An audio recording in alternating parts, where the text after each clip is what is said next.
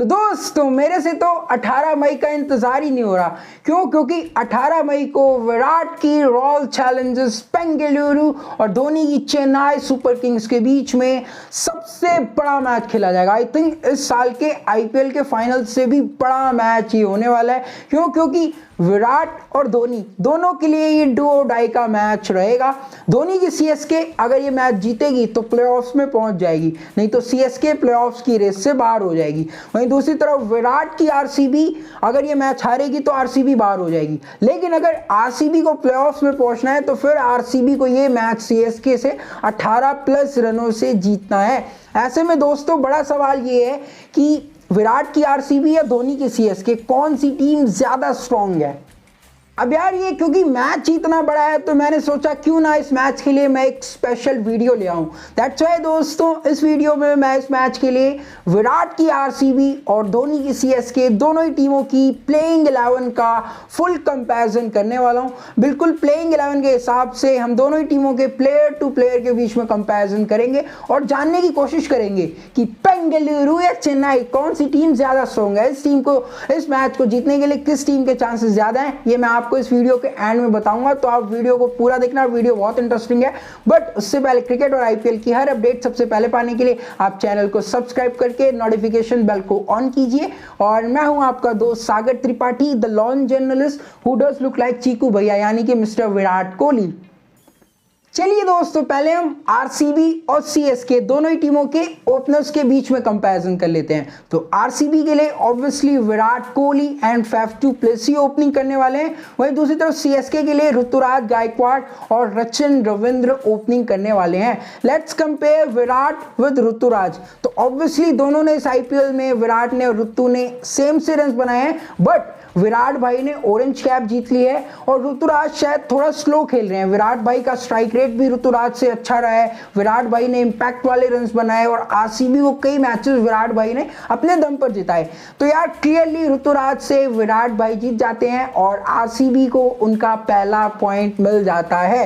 Now let's compare Faf du Plessis versus Rachin Ravindra. देखो यार to be honest Rachin Ravindra की इस आईपीएल में सिर्फ एक ही अच्छी इनिंग आई है, वो भी आरसीबी के खिलाफ, जबकि फैफ ने तीन चार अच्छी इनिंगें खेल दी हैं और ओवरऑल फैफ के आईपीएल में स्टैट्स भी रचिन से अच्छे हैं।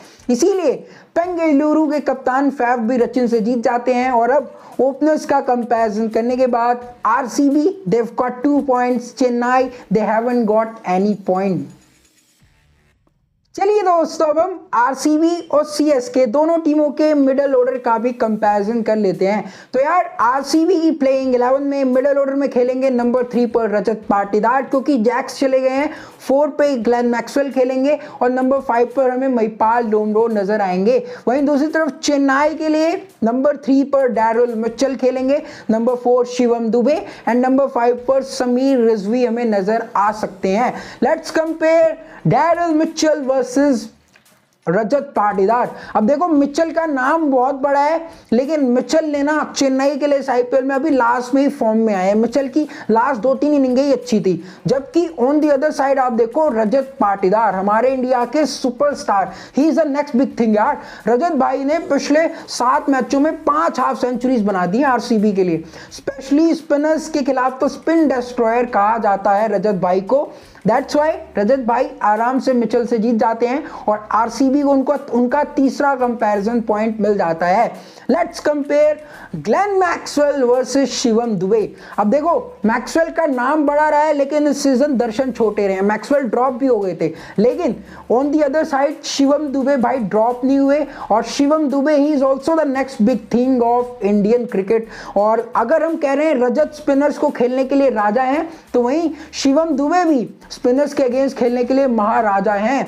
दुबे के सामने तो स्पिनर्स इतना डरते हैं कि आते ही नहीं, और दुबे ने क्या हिटें मारी हैं। दुबे ने ही सीएसके को इस स्टेज तक पहुंचाया है, इसीलिए दुबे भी मैक्सी से जीत जाते हैं और अब चेन्नई को उनका पहला पॉइंट मिल जाता है। Let's compare the last Mahipal Lomror versus Sameer Rizvi. अब देखो लोमरोर को 2 ही इनिंग आई, लेकिन लोमरोर को मौके बहुत मिले थे। दूसरी तरफ समीर रिजवी को थोड़े से ही मौके मिले, लेकिन जितने भी मौके मिले समीर रिजवी ने अच्छे स्ट्राइक रेट के साथ बैटिंग करी और रिजवी ने इंपैक्ट वाले मैचेस जिताए हैं चेन्नई को। इसीलिए यहां पर भी समीर रिजवी लोमरोर से जीत जाते हैं और चेन्नई को उनका दूसरा पॉइंट मिल जाता है। फाइनली मिडिल ऑर्डर का कंपैरिजन करने के बाद Bengaluru they've got 3 points and Chennai they've got 2 points.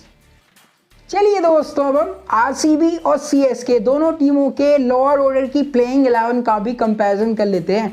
But उससे पहले अगर आप आने वाले T20 वर्ल्ड कप 2024 में इंडिया की स्ट्रॉन्गेस्ट प्लेइंग 11 जानना चाहते हो तो वो वीडियो मैंने अपलोड कर दी है। उस वीडियो का लिंक आपको डिस्क्रिप्शन में मिल जाएगा, आप डिस्क्रिप्शन से जाके प्लीज उस वीडियो को जरूर देखना। तो खैर दोस्तों, सीएसके के लोअर ऑर्डर में हमें नंबर 6 पर रविंद्र जडेजा नजर आएंगे, नंबर 7 पर MS धोनी नजर आएंगे। वहीं दूसरी तरफ आरसीबी के लिए नंबर 6 पर हमें कैमरॉन ग्रीन नजर आएंगे, नंबर 7 पर दिनेश कार्तिक खेलते हुए नजर आएंगे। Let's compare Cameron green versus Ravindra Jadeja.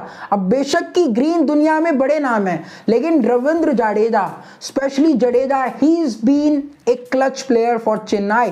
Jadeja India के लिए कैसा भी कुछ करे, लेकिन जड्डू भाई चेन्नई को हर सिचुएशन में मैच जिताते हैं, अपनी गेंदबाजी से और अपनी बल्लेबाजी से भी। और जडेजा आरसीबी को अपनी बैटिंग से भी डराते हैं, बॉलिंग से भी डराते हैं। इसीलिए आई रेकन जडेजा ग्रीन से जीत जाते हैं और चेन्नई को उनका तीसरा पॉइंट मिल जाता है। अब आरसीबी सीएसके दोनों टीमों के पास है 3-3 पॉइंट्स। सिचुएशन बहुत क्रिटिकल हो चुकी है दोस्तों। आप कमेंट करके जरूर बताना कि आप ग्रीन वर्सेस जडेजा की लड़ाई में आपके हिसाब से ग्रीन जीतेगा या फिर जडेजा जीतेगा। खैर, नंबर 7 पर डीके, नंबर 7 पर Dhoni. Let's compare DK with MS Dhoni. अब यहां पर लोगों की तरह मेरे लिए कहना बहुत आसान है कि धोनी ने बहुत कुछ किया है, धोनी आराम से जीत जाते हैं, बट यार मैं आपको सच बता रहा हूं, टू बी ऑनेस्ट मेरे ख्याल से डीके भाई MS धोनी से जीत जाएंगे। क्यों? क्योंकि धोनी आपको पता है क्या कर रहे हैं, धोनी लास्ट के 2-3 ओवर्स में आते हैं, फास्ट बॉलर्स को मारते हैं और चले जाते हैं, जबकि डीके भाई दिनेश कार्तिक 7-8 ओवर्स पहले भी आ जाते हैं। डीके भाई स्पिनर्स को भी मारते हैं, फास्ट बॉलर्स को भी मारते हैं, जबकि धोनी स्पिनर्स को नहीं मार पा रहे। धोनी स्पिनर्स के सामने थोड़ा सा रुक जाते हैं, जबकि डीके भाई स्पिनर्स पेसर्स दोनों को भी मारते हैं। इसीलिए DK is the best finisher. मेरे ख्याल से डीके धोनी से जीत जाते हैं और अब आरसीबी को उनका चौथा पॉइंट मिल जाता है। लोअर ऑर्डर का कंपैरिजन करने के बाद RCB they've got 4 points and Chennai they've got 3 points. चलो यारो, अब हम आरसीबी और सीएसके दोनों टीमों के बॉलर्स का कंपैरिजन कर लेते हैं। तो आरसीबी के लिए प्लेइंग 11 में नंबर 8 पर स्वप्निल सिंह खेलेंगे, number 9 Karn Sharma, number 10 Mohammed Siraj and number 11 Lockie Ferguson. वहीं दूसरी तरफ सीएसके के लिए नंबर 8 पर मिचेल सेंटनर खेलेंगे, नंबर 9 पर महेश थिक्शाना में खेलते हुए नजर आ सकते हैं, number 10 Tushar Deshpande and number 11 Shardul Thakur. चलो यार आओ, let's compare Mitchell Santner versus Swapnil Singh. ठीक है, Swapnil Singh is been a lucky charm for Bengaluru, लेकिन यार स्वप्निल का कंपैरिजन सेंटनर से करना, ये तो वही बात हो गई कि मैं MI के एक लोकल फोन का कंपैरिजन आईफोन से कर रहा हूँ। यहाँ पर आईफोन है मिचेल सेंटनर यार इंटरनेशनल क्रिकेट में प्रूव किए हुए ऑलराउंडर हैं, इनकी बॉलिंग भी ज़्यादा अच्छी है स्वप्निल से और बैटिंग भी ज़्यादा अच्छी है, इसीलिए सेंटनर जीत जाते हैं और अब चेन्नई को भी चौथा पॉइंट मिल जाता है। नाउ आरसीबी और सीएसके दोनों टीमों के पास है 4-4 points. Let's compare Karn Sharma with Mahesh Theekshana. Mahesh Theekshana इस सीजन मेरे को ऑफ कलर नजर आए हैं और इस साल वो श्रीलंका के लिए भी ऑफ कलर नजर आए थे, जबकि कर्ण शर्मा तो सही में आरसीबी के लिए लकी चार्म रहे हैं। जब से कर्ण शर्मा आए हैं आरसीबी लगातार जीतती जा रही है। कर्ण शर्मा की स्पिन बॉलिंग भी अच्छी है, गूगली लेग स्पिन दोनों कराते हैं, थिक्शाना वो नहीं करा पाते, और कर्ण शर्मा थिक्शाना से अच्छी बैटिंग भी करते हैं, इसीलिए कर्ण थिक्शाना से जीत जाते हैं और अब आरसीबी के पास हो गए 5 points. Now let's compare Mohammed Siraj versus Tushar Deshpande. अब आमतौर पर जनता कहती है कि मियां भाई बहुत ऊपर है, सिराज जीत जाएगा, बट नहीं यार, सिराज तो पिछले कुछ मैचेस से फॉर्म में आए हैं, उससे पहले सिराज मार ही खा रहे थे, लेकिन तुषार देशपांडे ये तो गेम चेंजर रहे हैं चेन्नई के लिए। तुषार देशपांडे पावर प्ले में विकेट चिटकाते हैं, डेथ ओवर्स में रन्स नहीं खाते, मिडिल ओवर्स में विकेट लेते हैं। देशपांडे आई थिंक मेरे ख्याल से सिराज से आराम से जीत जाते हैं और चेन्नई को उनका 5वां पॉइंट मिल जाता है। अब दोनों ही टीमों के पास है यार 5-5 points. Now let's compare there last 11 player. RCB के लिए हैं लॉकी फर्ग्यूसन, चेन्नई के लिए हैं शार्दुल ठाकुर। अगर हम इन दोनों का कंपैरिजन करें ना तो देखो अब शार्दुल की बैटिंग की यहाँ पे कोई ज़रूरत है नहीं, दोनों की बॉलिंग का कंपैरिजन होगा। ठाकुर ने भी शुरुआती मैचेस नहीं खेले, फर्ग्यूसन ने भी शुरुआती मैचेस नहीं खेले, दोनों लास्ट के 2-3 मैचेस से खेल रहे हैं चेन्नई के लिए और दोनों विकेटें ले रहे हैं हर स्टेज पे। मेरे ख्याल से इन दोनों के बीच में बराबरी हो जाएगी। अब पूरी प्लेइंग लाइन का कंपैरिजन करने के बाद तो यार आरसीबी सीएसके दोनों के ही पास हैं 5 पॉइंट्स। अब जीतेगा कौन ये कैसे डिसाइड होगा, ये अब हमारा 12वां इंपैक्ट प्लेयर डिसाइड करेगा कि कौन सी टीम इस मैच को जीतने वाली है। क्यों? क्योंकि अब 12 प्लेयर्स खेलते हैं। तो I think most probably RCB के इंपैक्ट प्लेयर होंगे यश दयाल द लेफ्टी और सीएसके के इंपैक्ट प्लेयर होंगे Simarjeet Singh the right arm fast bowler. अब यार मेरे ऊपर प्रेशर बढ़ चुका है कि अगर सिमरजीत या फिर यश दयाल में से मैं जिसको भी जितवाऊंगा उसी की टीम जीत जाएगी इस कंपैरिजन में, और वही टीम शायद ये 18 तारीख वाला मैच जीतने वाली है। अब भाई देखो सिमरजीत सिंह पावर प्ले में मार खा जाते हैं, डेथ ओवर्स में मार खा जाते हैं, लेकिन मिडिल ओवर्स में विकेट से चटका रहे हैं 6 ओवर्स के बाद।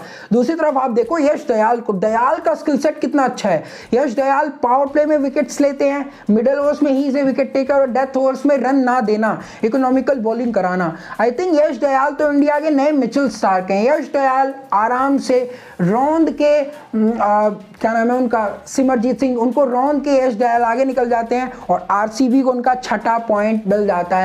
तो दोस्तों आरसीबी सीएसके दोनों टीमों का फुल कंपैरिजन मैंने किया। मेरे ख्याल से आरसीबी के पास 6 पॉइंट्स हैं और सीएसके के पास 5 पॉइंट्स हैं। आरसीबी को 1 पॉइंट ज़्यादा मिलता है, यानी कि ये मैच जीतने के लिए आरसीबी के 60% चांसेस हैं और सीएसके के 40% चांसेस ही हैं जीतने के लिए। तो मैंने आपको एक्यूरेट प्रेडिक्शन बताई, मेरे ख्याल से आरसीबी इस मैच को जीत रही है। आप कमेंट करके जरूर बताना कि आप विराट भाई की सपोर्ट में नाचोगे या फिर धोनी सर की सपोर्ट में नाचोगे। अगर आपको वीडियो पसंद आई है तो लाइक करो, शेयर करो। मिलता हूँ नेक्स्ट वीडियो में। जय हिंद, जय भारत दोस्तों।